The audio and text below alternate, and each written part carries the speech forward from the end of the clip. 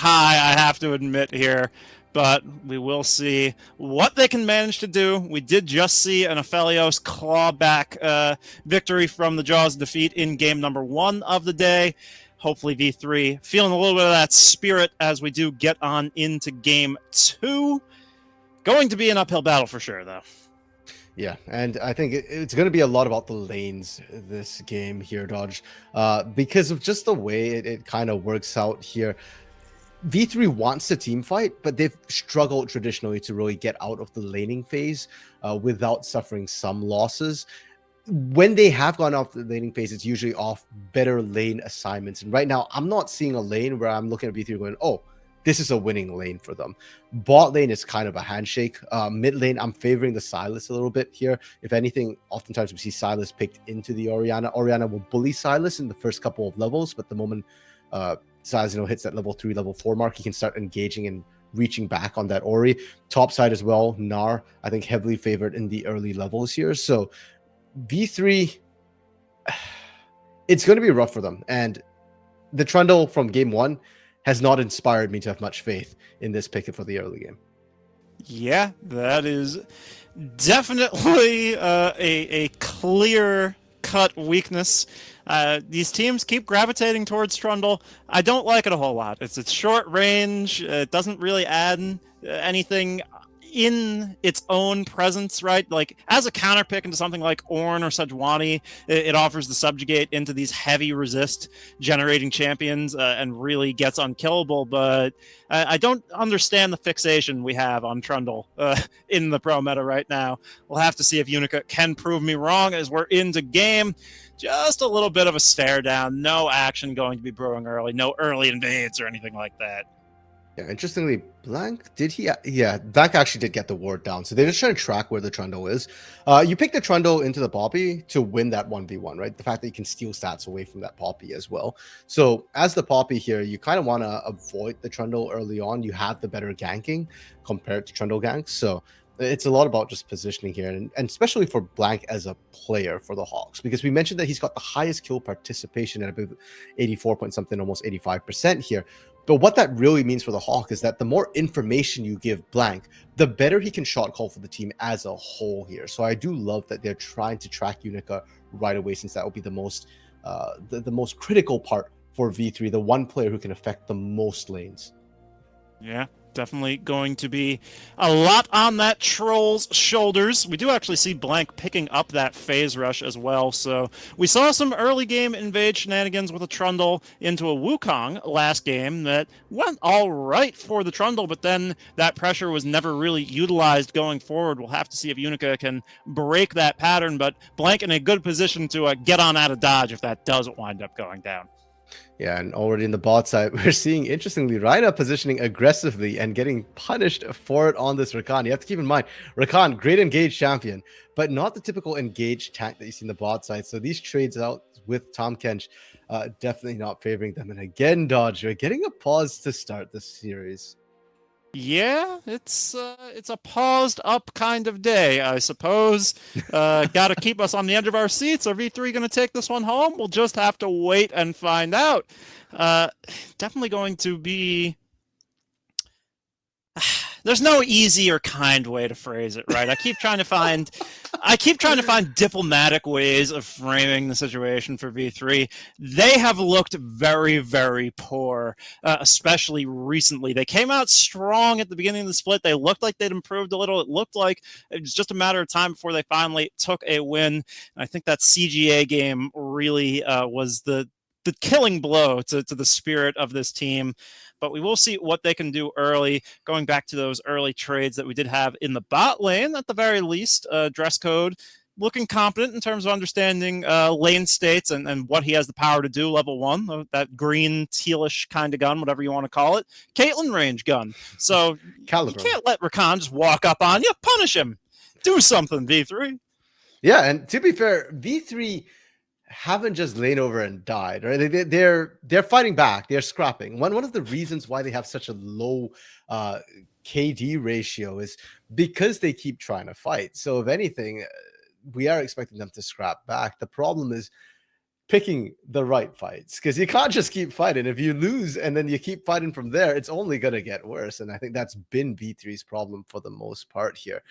So we'll have to see, if they're able to do that. And the other thing too is, of course, now you pick the Orianna for Yu-Gi-Oh. We mentioned before that he's got really low kill participation, and I don't think that's Yu-Gi-Oh's problem. I think that's V3's problem. They're not fighting around him. If you do that with an Orianna, you've got major problems. That shows a lack of understanding of game and champions from V3 if they still choose not to fight around Yu-Gi-Oh. Yeah, definitely so. It's going to be Dasher going in, actually. I was about to comment about how Yu-Gi-Oh really bears the brunt of the burden here when it comes to finding this first W, if they can do it against Softbank Hawks, but Dasher, almost preemptively reading my mind, says, no, I've hit level 3. I'm going to start to make this man's life hell. I'm not going to give him any sort of carry angle. Yeah, that's actually interesting, because early on, Silas does struggle against the Orianna, or should, and yet we see Dasher up, 9 CS, 8 CS right now, doing it the only way Silas can, by threatening the Orianna with all-ins repeatedly here. So Dasher playing this really, really well already, and I guess that's why Dasher's been such a big force for the Hawks, that big carry, because as much as Blank has maybe been the big playmaker, he's certainly not bringing enough damage to carry these fights. No, not at all. And you know what? That's fine. We're in a durability update meta here, RMC. You can put your jungler on the Poppy. You can assign him the tank duty. Heck, DFM last split was the king of putting their jungler on the tank and saying, okay, Steel, you're on Poppy duty. You're the setup for the carries. And that was a winning formula. So post 12-10, it's been even more winning. It's been a nice pickup for Softbank Hawks, as they're having a much better summer than they did spring. And it's looking to continue here, as they already have about a kill's worth of a gold advantage at 4.5 minutes just from passively playing these lanes a little better. Yeah, and most of that coming from that mid lane when you look at the CS, right? Like, that's the only lane with the significant CS differential. 3 CS in top and in bot, and in the jungle 4. That's 1 camp here. Interesting, though, for the bot side, that dress code has picked up an early call. So V3, we said, the one lane that maybe they could look to have something happen early was kind of this bot side. And now I don't think that's going to happen, because when you buy call, that's less combat stats compared to what Marble has. And with those early boots from the Jinx as well, it's going to be so much easier to space and make sure that you can play around dress code's range and guns. Yeah, definitely signals that it's going to be another resident sleeper early game. At least V3 wants it to be that way, as we see Yu-Gi-Oh take a pretty poor trade from Dasher there. Has free license to run rampant in the mid lane right now.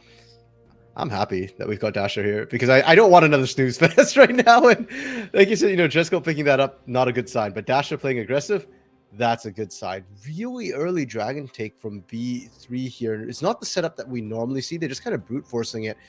And it works. Blank, not in there in time.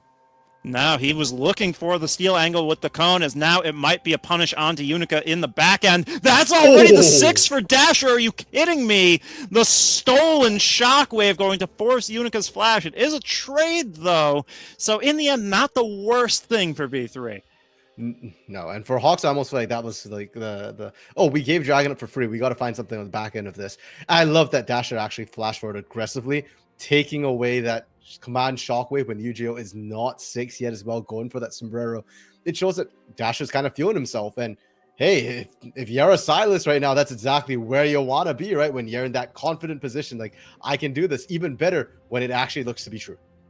Yeah, and we see Blank capitalizing very well off the map state. Unica absolutely chunked out, forced to reset. That means free Wraiths going to go into the Poppy's pocket. Has a bit of a tempo advantage in the jungle as it stands right now. It's 500 gold, the lead for Softbank Hawks, despite that first Drake going over. So going to be back into a little bit of that slow and steady pace now. Yeah, and I said it last time, I'll say it again. I don't think First Dragon's that important. It's kind of bait. It can mess up your tempo. And I like that Blank is punishing for that here, because sure, yeah, you got 1 Dragon, the Infernal. But if I don't see some kills coming through, in the next 5 minutes for Unica, or for anybody on the fact of V3 here, then obviously that Dragon wasn't really worth taking. And my bigger question is for the Hawks here, great, you took away Raptors. that really doesn't mean much. What else can you get off of that here? Can you secure the Herald that's coming up in about 40 seconds here? It's looking good on that front with Dasher. Hard winning lane right now. Has a lot of freedom to move around the map.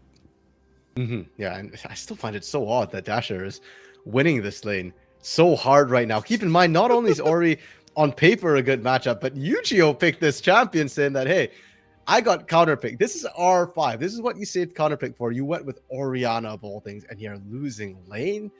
That is not good by any means. Now, Blank to this bot side of the map has snuck in here. Yeah, that pink was already disabling the stealth ward. Here comes Blank. Here comes the Abyssal Dive, though, from Hatel to try and escort some sort of retreat. It's successful enough, but that's double flashes burned for the bot lane of V3. Yeah, and Herald just spawned here. We were talking about it, Dodge, and unfortunately, Blank just seems to be at the wrong place at the wrong time, going in aggressively for Hatel here. Yeah, doesn't have any CC left to cancel the Abyssal Dive. Otherwise, that would have been the kill. But look at what this generates for the bot lane. Sure, the cross map is the Herald if Kanatu doesn't interrupt it, which he still might. But the plate gold that they're generating for their bot lane on the side of Softbank Hawks is crazy right now. Interestingly enough, the Hawks actually have the second highest gold difference at 15 of all teams, 994.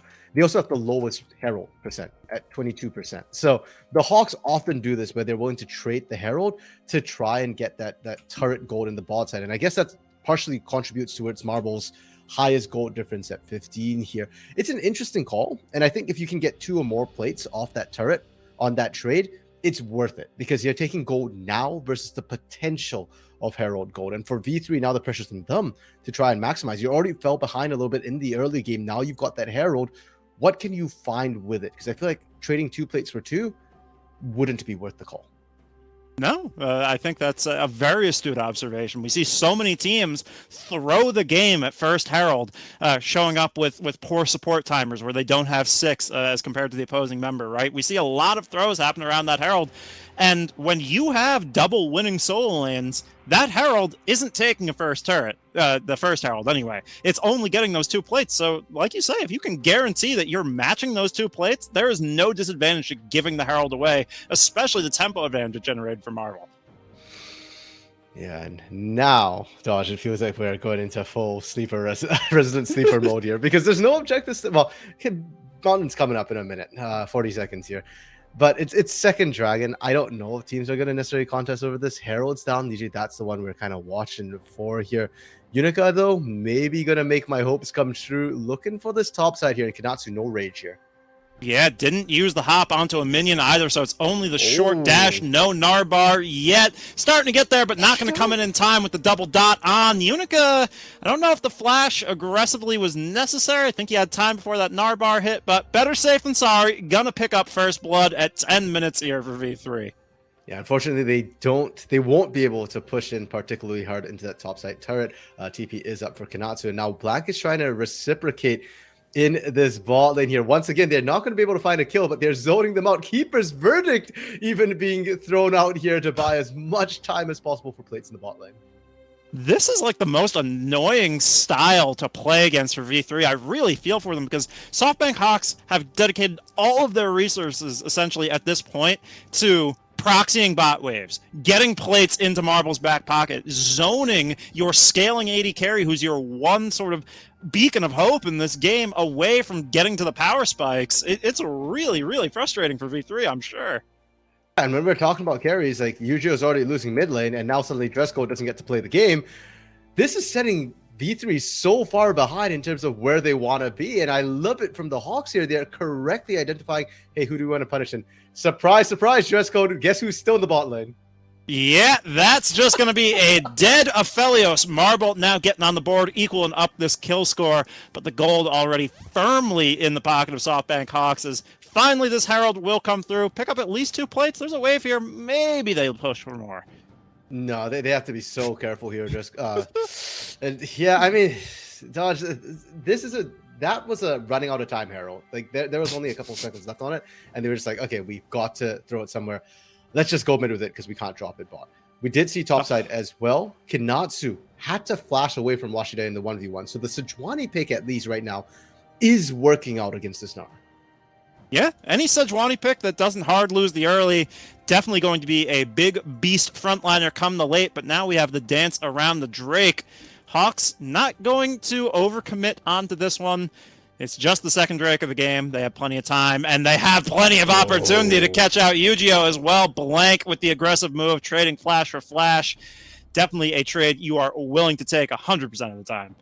Oh yeah, Hex Flash Poppy as well. Blank doesn't care. Blank's been so aggressive, and Yujo has to use Shockwave right now to just try and clear the wave. Cannot sit there whatsoever, and more gold being funneled into Marble here. This is wild. I mean, we talk about hybrid being like the definition of a team funneling their AD carry, but Marble has been the benefactor of everything this game. Marble had better deliver come the mid to late game. I'm just saying, man, like the amount of gold they're giving. I'd love for them to show us the total gold values right now, because I want to see how far up Marble is. It's not just Marble getting gold, it's Dresco being denied gold as well. Still has not gotten those 100 stacks on that call yet. Yeah, they're looking for an engage angle aggressively, but it is the Kench, so when it doesn't connect, you can just waddle on away till the very next attempt. But now Dasher also looking to go aggressive. He knows Yu-Gi-Oh! Has no flash, doesn't connect on the chains, however, gonna have to back off for now. I just wonder how long before that hijack cooldown comes back up in terms of being able to take that shockwave again, because I think when it's up, Yu-Gi-Oh! Might die here. Unica now looking mid. Yeah, Moonlight Vigil right between the wickets. Not going to find anything at all. It's starting to feel really desperate for V3 as Dasher gets another opportunity to all-in Yu-Gi-Oh! Takes him down to about a quarter health. I mean, definitely in lethal range. Yeah, and you can see Blank is just like, wait, what? I smell blood in the water. I'm coming down bot, guys. Yu-Gi-Oh! Well played, backs out immediately. It's the safe call. It's the right call, but it's causing significant CS discrepancies here. We're seeing the biggest difference in CS be that mid lane, where we've not seen Blank really throw too much pressure. All the pressure's been in the bot lane. So Dasher is just hard winning this 1v1. And for V3, my questions, we touched on the junglers. Where is Unica? What is Unica doing on this Trundle right now? None of your lanes are experiencing much relief. And even in that top side where you got that one gank off, Washide has started to slip in terms of CS once again. Yeah, it's the nature of the melee versus ranged matchup, right? Kanatu definitely going to be in an advantage state a lot of the time in that lane. Gives him safer access to the farm, just can naturally build up that lead that we do see on the gold graphs right now. But we have a bit of a fight brewing around the second Herald. I mean, good for V3. They show up. They zone back Softbank Hawks. They're not willing to all in for this one. Again, conceding an objective, looking for the steal was Marble, but not going to find it. You remember that awful period of time, I think it was 2 seasons ago, where they buffed the Jinx Rocket damage to monsters, and it was like a guaranteed steal every time it connected? Pretty much. Felt like it. And thankfully, they've capped it since then, because that was kind of messed up. Oh, bad times. About as bad of a time as V3 has been having in this game. Despite the fact that they're running the clean sweep on objectives right now, RMC, it feels like they're getting choked out in this game. Yeah, and these Heralds really don't feel like they're worth it for the most part. I mean, granted, this time Dasher doesn't get a ton of plates in that bot side, doesn't get a ton of damage down, but it just doesn't feel like it's converting into anything. 2v1 onto Blank here. Yeah, nice. Kanatu just wasn't available to offer any support there. It's often the supports we see getting picked out looking for the deep vision, but in that case it was the jungler. But now we have another fight, a Bruin. This Glacial Prison has a gnarly AP ratio, but it doesn't do anything. Dasher's solo killed by Washidai. Okay, this just feels like people forgetting how Sejuani works. Guys, Sejuani works great into melees here. She's very disruptive for your combos. You need to respect that mid lane. Here's that Herald being put to good use. The first one didn't find much. This one cracks a turret. And for V3, much needed gold. The problem, though, is, look, they get the turret here, Dodge, but they're losing so much health just trying to walk back out. And it just feels like it's not really working. And if Hawks just group up and push that mid lane here, I don't know if V3 can really properly defend that turret. Yeah, it definitely... Oh... Before we get to that thought, is Blank going to find him in the bush in time? No! Oh, not even close, baby. Washidai out by the skin of his teeth. Well played. No fear there. No hesitation. Completed the back. And I thought for a second I should have cut in my head 8 seconds. But yeah, time stretched a little bit there. Washidai's safe. Dragon coming up in 10 though, and this one the Hawks will contest. They've given up all the objectives up to this point here, but usually the Hawks will start to contest for that third Drake onwards, and you can see that tempo wise they're the ones first in the area, they're the ones setting up the vision, and Yu-Gi-Oh needs to rejoin the team. And Orianna flank is not a tool that works. If Orianna tries to flank, she'll just get picked off instead. TP's coming in. Yeah. Softbank Hawks more than ready, willing, and able to tumble. The rocket not going to connect. It was a nice little gobble from the Kench, but get to the keeper's verdict to even things back out. It looked like it was going to go sour for a second for Hawks, but they had that big tool in their back pocket, and they will contest that third Drake. They are now on the board, but we have more action of brewing. Washidai just has no follow-up. There's nothing left. Not to... He's stuck in there. I mean, he is flash. He doesn't want to burn it. Okay. V3 not even going to try and punish him. They don't force him to burn the flash. Yeah. It's been a rough one. You had the timer on the jump, too. You saw him jump in mini-nar form, and you know he doesn't have it up and available just yet. And they didn't even try and look for the punish on Kanatsu. But you know what, Dodge? I'm still happy for V3 there because they were winning the fight.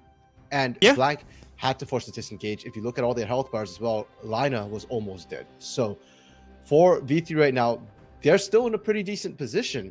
They can still look for these team fights. I had thought that maybe they don't win the 5v5 right now. They didn't look that great, but that stat check right there just showed us that the Hawks aren't online just yet. No, not at all. And I mean, look, it's a 2K lead at 18. That's definitely something. That's almost a whole legendary item. If you look at Jinx, she is up the rapid fire longsword to the Aphelios Zeal. That's where most of that gold lead is held as Dasher. Going to get clipped by the shockwave, but the wall sort of doing some work for him there. Getting stuck on the terrain means he doesn't get pulled back to the center. That might have been a saving grace of that play there. Yeah, I thought Unico would try a little bit harder, but they recognized that, hey, there's people in rotation. Hetzel, though, you knew! Oh, it's so sad. I mean, this is just the life of a support player. You have to go and look for the vision, but trying to find the turnaround. Oh, good. Blank channeled the keeper's verdict, but not going to let it fly, so it does go on that abbreviated cooldown. I don't know, it feels like even when V3 finds something, as Marble just cleanses right through that glacial prison, even if the material advantage is a net gain for them, it just feels like psychologically they're losing a lot of these engagements. Yeah, and we feel that knowing their record here. I wonder if the players feel that way as well, right? Because obviously, as players, you never want to be negative. In order to win, you got to be confident. You've got to have the mindset that, hey, I can win this right now. And at least their play so far for V3 shows that they're still being proactive. They're not sitting back. They're not being defeatist. They're not just free skilling here. Dasher getting clipped by yet another shockwave. That cooldown feels awfully short right now, Dodge. Yeah, it's a nice little bit of chip damage, I guess. I was more surprised, not just the cooldown is so low, but that the damage was so slight with a completed Ludens. Now going to be going towards the needlessly large rod is Yu-Gi-Oh, but no tank items on Dasher. Leandry's full damage, right? But that D-shield, I guess enough to shrug off these shockwaves like they're nothing. Yeah, and that's not a great sign because Dasher's not the tankiest guy on the Hawk side. I mean, only Marble and Rhina are actually squishier. So we'll have to see how effective this shockwave is. And that puts, once again, the pressure onto dress code, on this Aphelios, who we haven't seen too much of here. Unica running into 3 alone here. Has enough health to get back out, but V3 not looking the most coordinated right now in terms of what they want to do as a team. Yeah, that is definitely so. I guess I do appreciate the guts coming out from Unica there. I mean, act confident, and maybe the enemies will assume you know something they don't.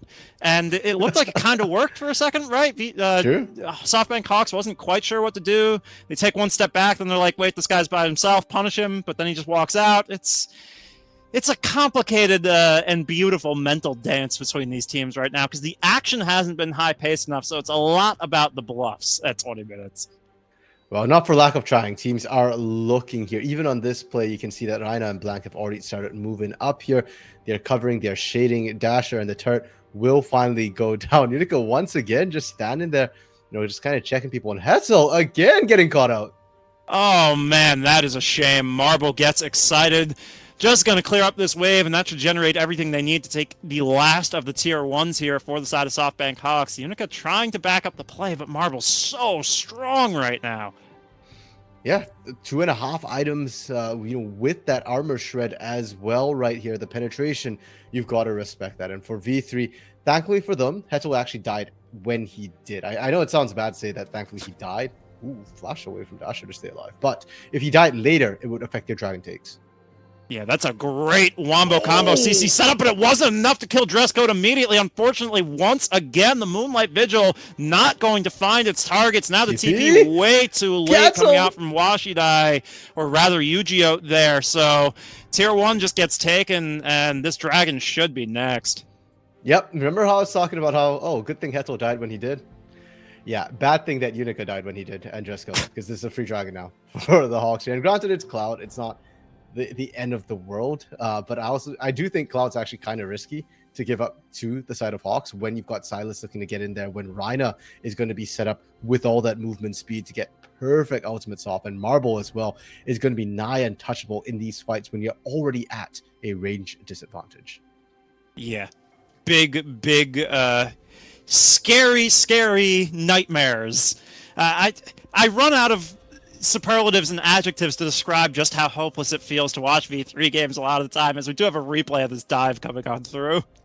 Yeah, and this is a 3v2 situation that the Hawks are setting up. They know Rhino is off on the side looking, but they don't see blank here. And this is confidence from Hawks to know that, hey, we've got enough damage. And the target selection as well, right onto Dress Code, because he's so squishy. You see how quickly he goes down there. That's what enables us to dive. In a 2v3, with the increased damage that turrets do, it can get risky. But once you cut it down to that 3v1 there, sure, they do lose blank on the back end of it, but it's still so easy for them to just clean up.